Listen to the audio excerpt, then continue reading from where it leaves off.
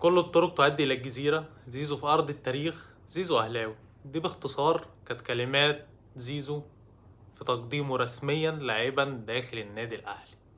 النهاردة النادي الأهلي رسميا أعلن إن زيزو لاعبا داخل النادي الأهلي لمدة 4 مواسم.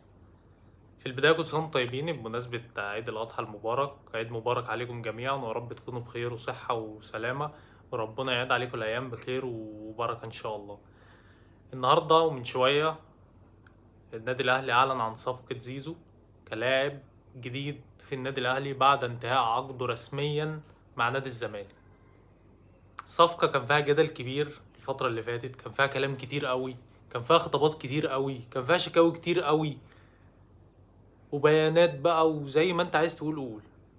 طبعا لعيب بقيمة زيزو وبإمكانيات زيزو وبتاريخ زيزو داخل النادي الزمالك لازم يحصل كل الضجة اللي حصلت الفترة اللي فاتت، من بقى ابتعاده عن المشاركة الأساسية وتغيبه عن التدريبات وبيانات نادي الزمالك، وإن أنا أقدم شكوى عشان عقده هينتهي 1 يونيو وبعد كده ده 12 يونيو، وكل الكلام اللي احنا مرينا بيه طبعا كلنا عارفين.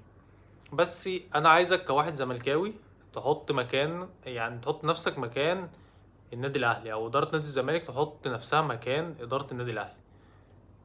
أنت دلوقتي في لعيب كبير جوه النادي الأهلي، تمام؟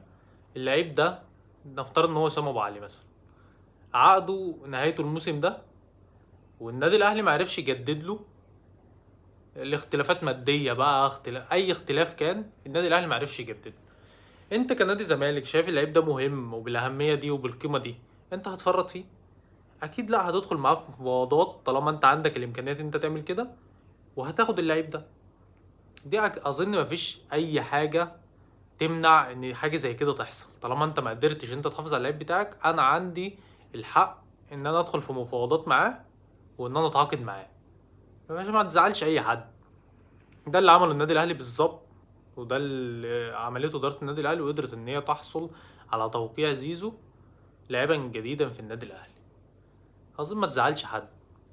فانت بقى كواحد زملكاوي لازم تتقبل الوضع، ولازم ترضى بالامر الواقع، ولازم بقى تفضل ورا فرقتك، لان اللي باقي التيشيرت بتاع فرقتك، لا زيزو ولا شيكابالا ولا اي حد من الفرقه.